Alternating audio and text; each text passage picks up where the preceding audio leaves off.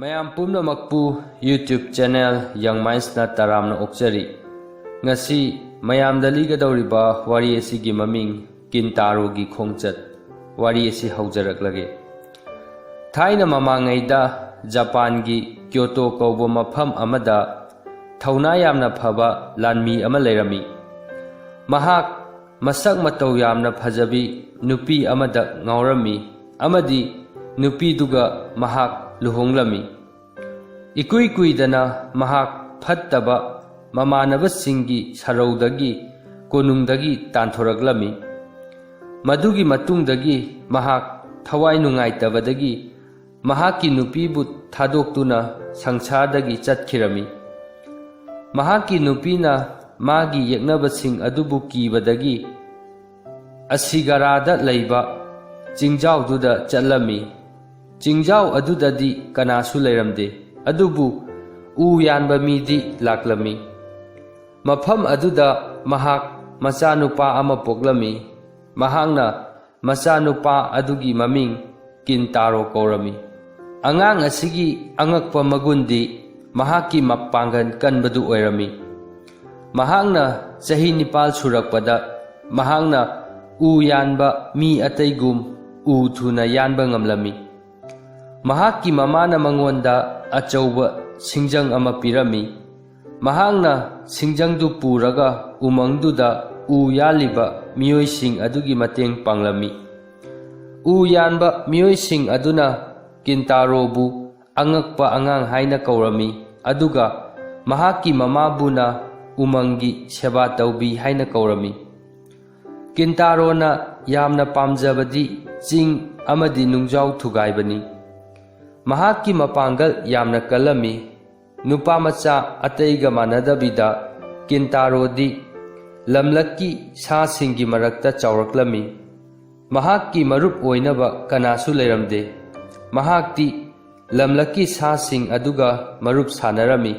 Amadi makhoigi angakpa lonsing amadi wari sabadu khanglami. Sa sing aduna Kintaro du makhoigi mapuni khalami.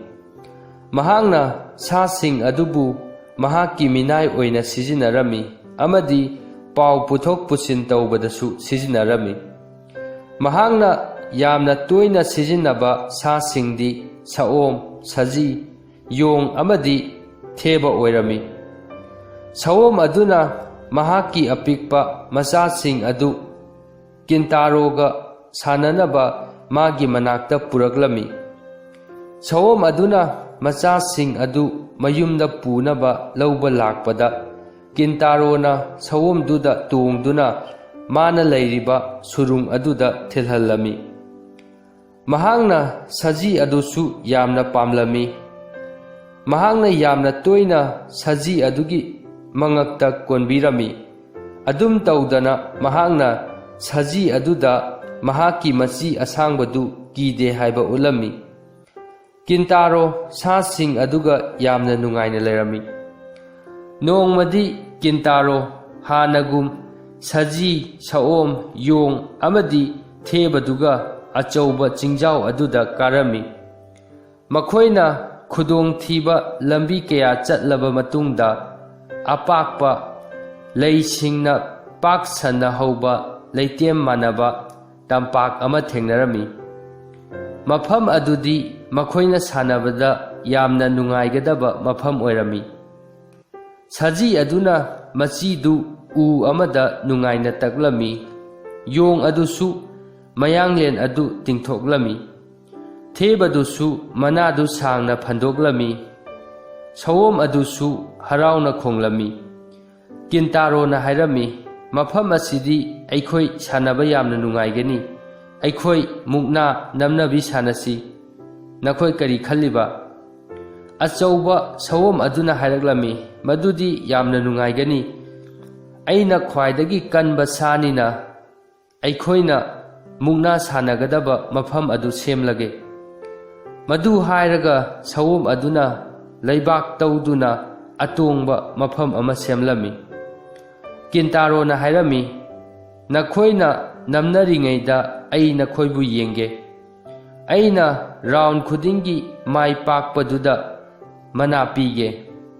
ꯁꯑꯣꯝ ꯑꯗꯨꯅ ꯍꯥꯏꯔꯛꯂꯝꯃꯤ, ꯃꯗꯨꯗꯤ ꯌꯥꯝꯅ ꯅꯨꯡꯉꯥꯏꯒꯅꯤꯅꯦ, ꯃꯅꯥꯁꯨ ꯐꯪꯕ꯫ ꯁꯖꯤ, ꯌꯣꯡ ꯑꯃꯗꯤ ꯊꯦꯕ ꯑꯗꯨꯁꯨ ꯁꯑꯣꯝ ꯑꯗꯨꯅ ꯃꯈꯣꯏꯅ ꯁꯥꯟꯅꯅꯕ ꯃꯐꯝꯗꯨ ꯁꯦꯝꯕꯗ ꯌꯥꯎꯁꯤꯜꯂꯝꯃꯤ꯫ ꯁꯦꯝꯕ ꯂꯣꯏꯔꯒ ꯀꯤꯟꯇꯥꯔꯣꯅ ꯍꯥꯏꯔꯛꯂꯝꯃꯤ, ꯁꯥꯟꯅꯕ ꯍꯧꯔꯣ, ꯌꯣꯡ ꯑꯃꯗꯤ ꯊꯦꯕ ꯍꯥꯟꯅ ꯅꯝꯅꯒꯗꯕꯅꯤ, ꯁꯖꯤ ꯅꯍꯥꯛꯅ ꯑꯝꯄꯤꯌꯥꯔ ꯑꯣꯏꯒꯗꯕꯅꯤ꯫ ꯁꯖꯤꯗꯨꯅ ꯅꯣꯛꯂꯒ ꯍꯥꯏꯔꯛꯂꯝꯃꯤ, ꯑꯩꯅ ꯑꯝꯄꯤꯌꯥꯔ ꯑꯣꯏꯒꯅꯤ꯫ ꯍꯧꯖꯤꯛꯇꯤ ꯌꯣꯡ ꯑꯃꯗꯤ ꯊꯦꯕ ꯅꯈꯣꯏ ꯑꯅꯤ ꯁꯦꯝ ꯁꯥꯕ ꯂꯣꯏꯔꯕꯗꯤ ꯅꯝꯅꯅꯕ ꯁꯦꯝ ꯁꯥꯔꯣ꯫ ꯌꯣꯡ ꯑꯃꯗꯤ ꯊꯦꯕ ꯑꯅꯤꯗꯨ ꯃꯥꯒꯤ ꯃꯐꯝꯗꯒꯤ ꯐꯟ ꯆꯣꯡꯊꯣꯔꯛꯂꯝꯃꯤ꯫ ꯁꯖꯤꯅ ꯃꯈꯣꯏꯅ ꯅꯝꯅꯒꯗꯕ ꯃꯐꯝ ꯑꯗꯨꯗ ꯃꯈꯣꯏ ꯑꯅꯤꯒꯤ ꯃꯌꯥꯏꯗ ꯂꯦꯞꯂꯝꯃꯤ꯫ ꯁꯖꯤ ꯑꯗꯨꯅ ꯃꯈꯣꯏ ꯑꯅꯤꯗ ꯁꯦꯝ ꯁꯥꯕ ꯂꯣꯏꯔꯕ꯭ꯔꯥ ꯍꯪꯂꯝꯃꯤ꯫ ꯅꯝꯅꯒꯗꯕ ꯃꯈꯣꯏ ꯑꯅꯤꯗꯨ ꯃꯃꯥꯏ ꯑꯣꯟꯁꯤꯟꯅꯗꯨꯅ ꯂꯩꯔꯝꯃꯤ꯫ ꯁꯖꯤꯗꯨꯅ ꯎꯅꯥ ꯑꯃ ꯋꯥꯡꯅ ꯊꯥꯡꯒꯠꯂꯒ ꯄꯥꯏꯔꯝꯃꯤ꯫ ꯃꯍꯥꯛꯅ ꯎꯅꯥꯗꯨ ꯂꯩꯃꯥꯏꯗ ꯍꯦꯛ ꯊꯥꯗꯕꯒ ꯌꯣꯡ ꯑꯃꯗꯤ ꯊꯦꯕ ꯑꯅꯤꯗꯨ ꯀꯟꯅ ꯆꯦꯟꯁꯤꯟꯅꯔꯛꯂꯝꯃꯤ꯫ ꯃꯈꯣꯏ ꯑꯅꯤꯅ ꯀꯟꯅ ꯅꯝꯅꯔꯤꯉꯩꯗ ꯁꯖꯤ ꯑꯗꯨꯅ ꯃꯈꯣꯏ ꯑꯅꯤꯗ ꯃꯈꯣꯏꯅ ꯅꯝꯅꯔꯤꯕ ꯑꯇꯣꯡꯕ ꯃꯐꯝ ꯑꯗꯨꯗꯒꯤ ꯇꯥꯔꯛꯇꯅꯕ ꯂꯥꯎꯔꯝꯃꯤ꯫ ꯁꯖꯤꯗꯨꯅ ꯍꯥꯏꯔꯝꯃꯤ, ꯍꯦ ꯌꯣꯡ, ꯅꯝꯅꯔꯤꯕ ꯃꯐꯝꯗꯨꯗꯒꯤ ꯍꯦꯟꯗꯣꯔꯛꯀꯅꯨ꯫ ꯁꯑꯣꯝꯗꯨꯅ ꯑꯃꯨꯛ ꯂꯥꯎꯔꯝꯃꯤ, ꯍꯦ ꯊꯦꯕ, ꯄꯨꯛꯅꯤꯡ ꯁꯣꯟꯊꯒꯅꯨ, ꯌꯣꯡꯅ ꯉꯝꯍꯟꯒꯅꯨꯀꯣ꯫ ꯌꯣꯡ ꯑꯃꯗꯤ ꯊꯦꯕ ꯑꯅꯤꯗꯨ ꯌꯥꯝꯅ ꯀꯟꯅ ꯃꯨꯛꯅꯥ ꯁꯥꯟꯅꯔꯝꯃꯤ꯫ ꯑꯔꯣꯏꯕꯗꯗꯤ ꯊꯦꯕ ꯑꯗꯨꯅ ꯌꯣꯡ ꯑꯗꯨ ꯃꯈꯣꯏꯅ ꯅꯝꯅꯔꯤꯕ ꯑꯇꯣꯡꯕ ꯃꯐꯝ ꯑꯗꯨꯗꯒꯤ ꯂꯪꯊꯔꯛꯂꯝꯃꯤ꯫ ꯌꯣꯡ ꯑꯗꯨ ꯄꯥꯏꯊꯣꯔꯛꯂꯝꯃꯤ꯫ ꯌꯣꯡꯗꯨ ꯃꯍꯥꯛꯀꯤ ꯃꯅꯪꯒꯟꯗꯨ ꯅꯥꯜꯂꯝꯃꯤ꯫ ꯃꯍꯥꯛꯅ ꯁꯥꯎꯅ ꯍꯥꯏꯔꯛꯂꯝꯃꯤ, ꯑꯩꯒꯤ ꯅꯥꯡꯒꯜ ꯑꯁꯤ ꯁꯣꯛꯂꯦ꯫ ꯌꯣꯡꯗꯨꯅ ꯂꯩꯃꯥꯏꯗ ꯇꯥꯗꯨꯅ ꯂꯩꯕꯗꯨꯗ ꯁꯖꯤꯗꯨꯅ ꯍꯥꯏꯔꯛꯂꯝꯃꯤ, ꯑꯍꯥꯟꯕ ꯔꯥꯎꯟ ꯑꯁꯤ ꯂꯣꯏꯔꯦ, ꯊꯦꯕꯅ ꯃꯥꯏ ꯄꯥꯛꯂꯦ꯫ ꯀꯤꯟꯇꯥꯔꯣꯅ ꯃꯍꯥꯛꯅ ꯄꯨꯔꯛꯄ ꯆꯥꯅꯕ ꯆꯥꯛ ꯑꯗꯨꯗꯒꯤ ꯆꯥꯛ ꯈꯔ ꯊꯦꯕꯗꯨꯗ ꯄꯤꯔꯝꯃꯤ, ꯑꯗꯨꯒ ꯍꯥꯏꯔꯝꯃꯤ, ꯁꯦ, ꯁꯤꯅ ꯅꯍꯥꯛꯀꯤ ꯃꯅꯥꯅꯤ꯫ ꯌꯣꯡꯗꯨ ꯍꯧꯒꯠꯂꯛꯂꯒ ꯀꯤꯟꯇꯥꯔꯣꯗ ꯍꯥꯏꯔꯛꯂꯝꯃꯤ, ꯊꯦꯕꯅ ꯑꯩꯕꯨ ꯃꯥꯏꯊꯤꯕ ꯄꯤꯕ ꯅꯠꯇꯦꯗ, ꯑꯩꯒꯤ ꯈꯣꯡꯁꯤꯅ ꯃꯐꯝ ꯆꯥꯍꯧꯗꯕꯗꯒꯤ ꯑꯩ ꯇꯥꯔꯛꯄꯅꯤ꯫ ꯊꯦꯕꯒ ꯅꯝꯅꯅꯕꯒꯤ ꯈꯨꯗꯣꯡꯆꯥꯕꯗꯨ ꯑꯃꯨꯛꯀ ꯄꯤꯕꯤꯌꯨ꯫ ꯀꯤꯟꯇꯥꯔꯣꯅ ꯃꯍꯥꯛꯅ ꯍꯥꯏꯔꯤꯕꯗꯨ ꯌꯥꯔꯝꯃꯤ꯫ ꯊꯦꯕ ꯑꯃꯗꯤ ꯌꯣꯡꯗꯨ ꯅꯝꯅꯕ ꯑꯃꯨꯛ ꯍꯧꯔꯛꯂꯝꯃꯤ꯫ ꯌꯣꯡ ꯑꯗꯨꯗꯤ ꯃꯕꯨꯛ ꯁꯦꯡꯗꯕ ꯑꯣꯏꯔꯝꯃꯤ꯫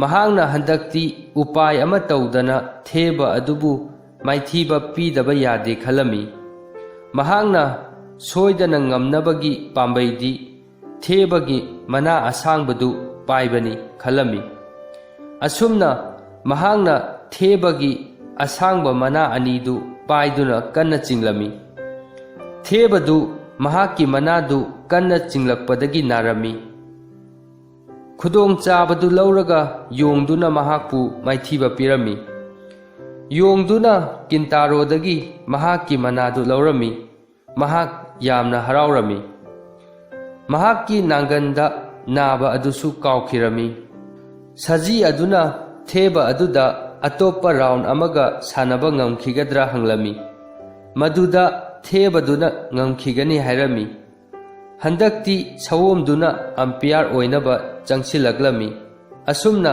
ꯊꯦꯕ ꯑꯃꯗꯤ ꯁꯖꯤꯗꯨ ꯃꯨꯛꯅꯥ ꯁꯥꯟꯅꯔꯝꯃꯤ꯫ ꯊꯦꯕꯒꯤ ꯃꯅꯥ ꯑꯁꯥꯡꯕꯗꯨꯒ ꯁꯖꯤꯒꯤ ꯃꯆꯤ ꯑꯁꯥꯡꯕꯗꯨꯒ ꯃꯨꯛꯅꯥ ꯑꯗꯨ ꯌꯦꯡꯕꯗ ꯌꯥꯝꯅ ꯅꯨꯡꯉꯥꯏꯔꯝꯃꯤ꯫ ꯈꯪꯍꯧꯗꯅ ꯁꯖꯤꯒꯤ ꯈꯨꯎ ꯑꯗꯨ ꯂꯩꯃꯥꯏꯗ ꯇꯥꯔꯝꯃꯤ꯫ ꯃꯗꯨꯗ ꯁꯑꯣꯝꯅ ꯃꯍꯥꯛ ꯃꯥꯏꯊꯤꯔꯦ ꯍꯥꯏꯅ ꯂꯥꯎꯊꯣꯛꯂꯝꯃꯤ꯫ ꯃꯊꯪꯒꯤ ꯔꯥꯎꯟꯗꯅ ꯁꯖꯤꯗꯨꯅ ꯊꯦꯕꯗꯨꯕꯨ ꯃꯥꯏꯊꯤꯕ ꯄꯤꯔꯝꯃꯤ꯫ ꯑꯁꯨꯝꯅ ꯃꯈꯣꯏ ꯃꯐꯝ ꯑꯗꯨꯗ ꯌꯥꯝꯅ ꯍꯔꯥꯎꯅ ꯁꯥꯟꯅꯔꯝꯃꯤ꯫ ꯑꯔꯣꯏꯕꯗꯗꯤ ꯀꯤꯟꯇꯥꯔꯣꯅ ꯍꯥꯏꯔꯛꯂꯝꯃꯤ, ꯉꯁꯤꯒꯤꯗꯤ ꯌꯥꯔꯦ, ꯁꯥꯟꯅꯕ ꯇꯣꯛꯂꯁꯤ, ꯃꯐꯝ ꯑꯁꯤ ꯀꯌꯥꯗ ꯅꯨꯡꯉꯥꯏꯈ꯭ꯔꯕ, ꯍꯌꯦꯡꯁꯨ ꯑꯩꯈꯣꯏ ꯃꯐꯝ ꯑꯁꯤꯗ ꯂꯥꯛꯁꯤ, ꯉꯁꯤꯒꯤꯗꯤ ꯌꯨꯝꯗ ꯍꯜꯂꯁꯤ, ꯆꯠꯂꯁꯤ ꯂꯥꯛꯑꯣ꯫ ꯑꯁꯨꯝꯅ ꯁꯥꯁꯤꯡ ꯑꯗꯨꯅ ꯀꯤꯟꯇꯥꯔꯣꯒꯤ ꯃꯇꯨꯡ ꯏꯟꯗꯨꯅ ꯃꯌꯨꯝꯗ ꯍꯜꯂꯛꯂꯝꯃꯤ꯫ ꯃꯈꯣꯏꯅ खरा चलगा तंपाक फाउदुना चेनबा तुरेल अमगी मपान यौरक्लमी किंतारो अमदी महाकी मरुप सा मरीदु तुरेंदु करमना लानसिगे खंदुना मफम अदुदा येंगदुना लेप्तुना लेरमी सासिंग अदुदी तुरेंदुदा थोंगसु लैतबना नुमित ताद्रिङैदा मयुमदा करमना यौगनी खंदुना थवाई वारमी किंतारोना मखोइदा हायरमी ngaiko मिकुप अमता ngaiko अइना मिनिट खरदा थोंग अमा सागे सवोम सजी योंग अमदी थेबदु किंतारोना करी तौरकदबनो येंगदुना लेरमी किंतारोना तुरेंदुगी मपानदा हौबा उ पांबी अमगी मनाक्ता चलमी महांगना अचौबा उ पांबी अदुगी मखोंगदा कन्ना इलमी उदु मरागा कोनना फुक्तोक्तुना तुरेन मथक्तुदा तारकलमी मदुना थोंग अमा ओइरमी किंतारोना हायरमी अइगी थोंगसे कमदौगे हौजिक्ति तेक्ता कायदना चलसी अइगी तुंग इनरकलो सा मरीदुना महांग मुक्कनबा उखिद्री हायरमी मखोइना अकनबा किंतारो हायदुना महाकी मतुंग इनरकलमी किंतारो अमदी सासिंग अदुना तौरिबदु उ यानबा नुपा अमना नुंगजाव अमगी मथक्तगी येंगथरकलमी महांगना किंतारोबु यामना ngakna yinglami mahangna kintarona achauba u pambi ama inthuraga turel mathakta thong sabadu mahak mangliboi khanduna mamittu noirami u yanba nupa aduna kintarogi angakpadu ubada masa matanta haijarami masidi achamba angang amadi nate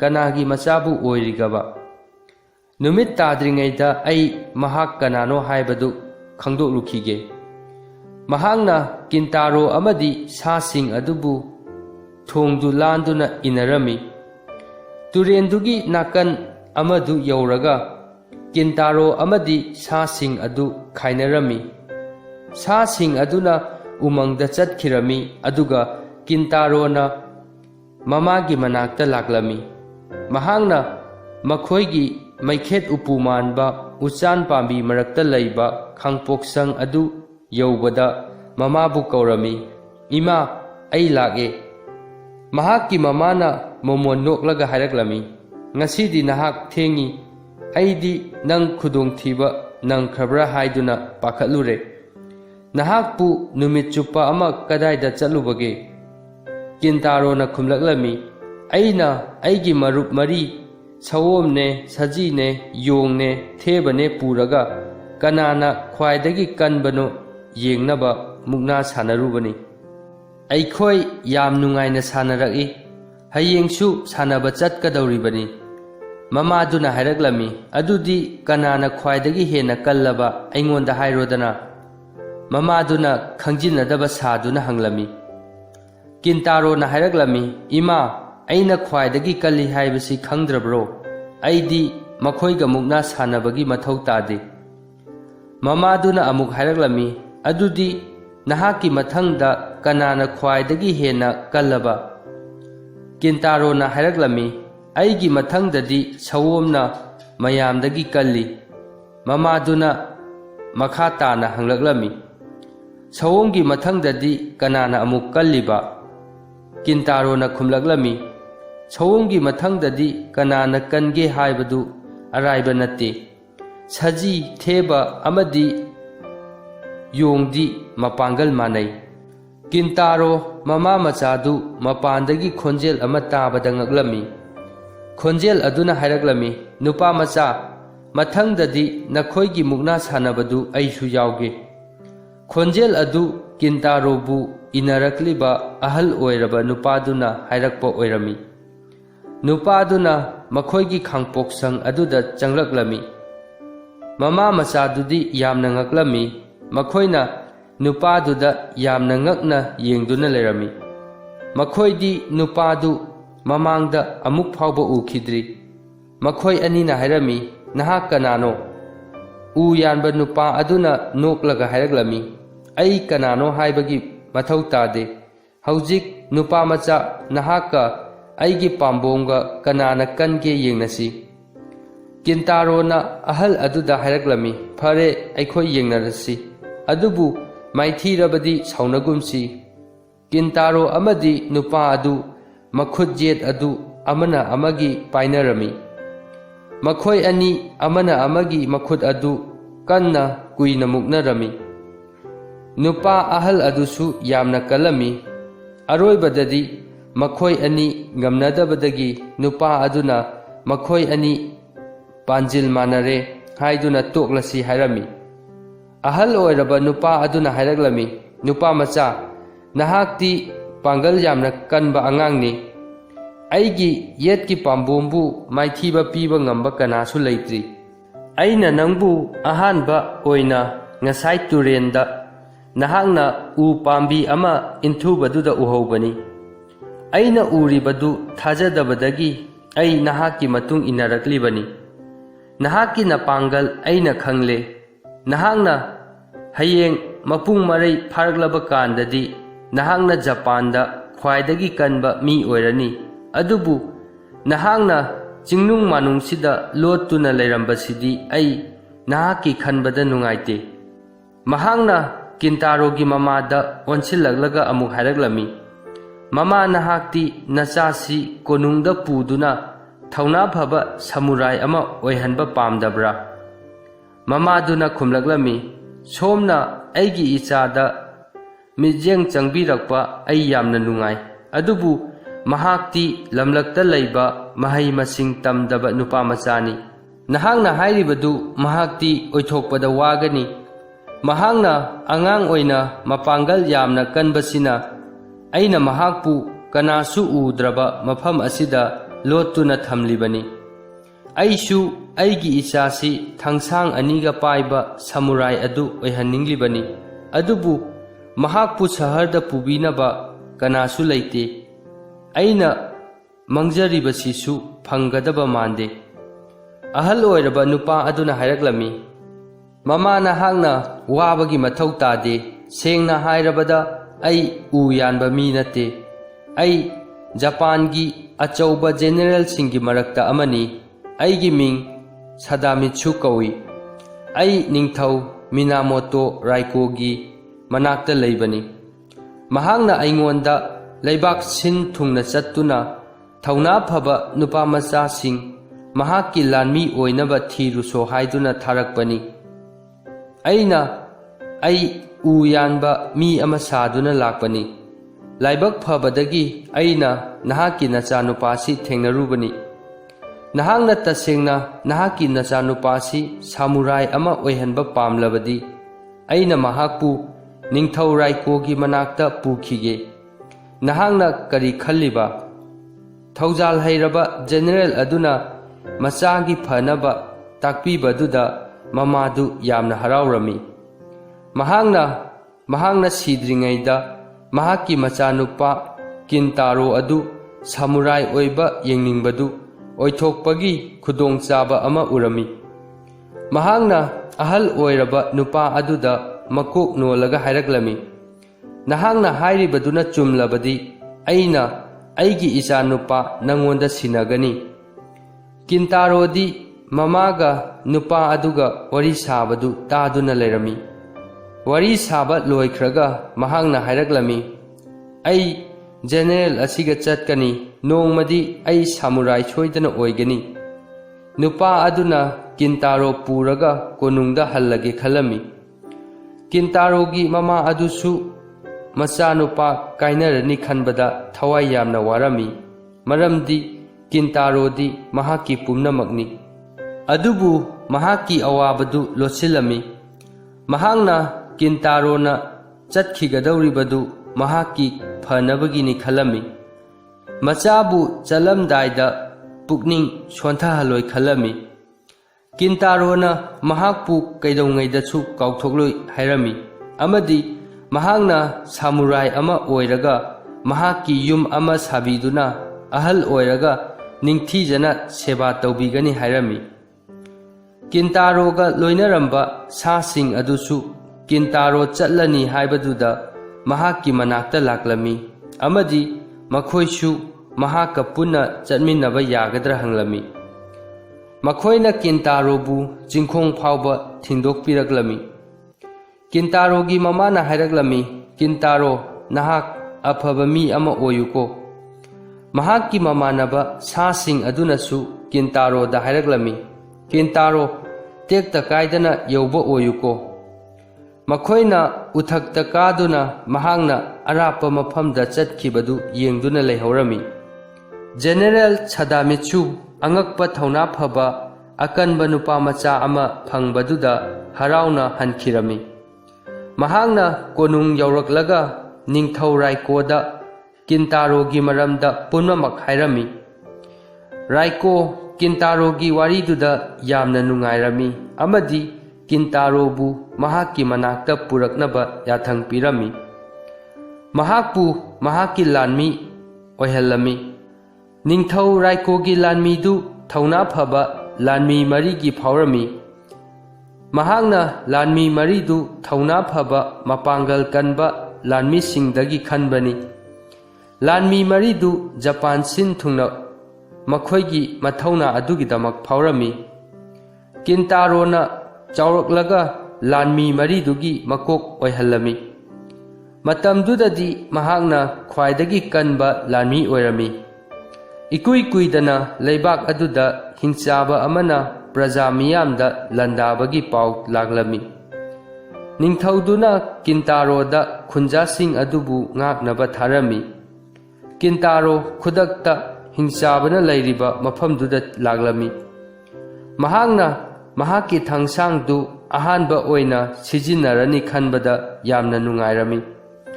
Mahangna hingchaba adugi makoktu kaktuna puraklaga ningthauda sinarami. Kintaro leibak aduda afauba samurai ama oirami. Mahakpu sakti amadi lan thumpiduna ikai khumnaba ulami. Mahangna mamagidamak nungaiba yum ama sabirami. Mahak mamaduga saharduda nungaina leikhirami. Wari asi matang asida loisinjare. Wari asi libada soikhiba yaurabasu tabiriba pumnamakna ngakpinaba nolukna haijari.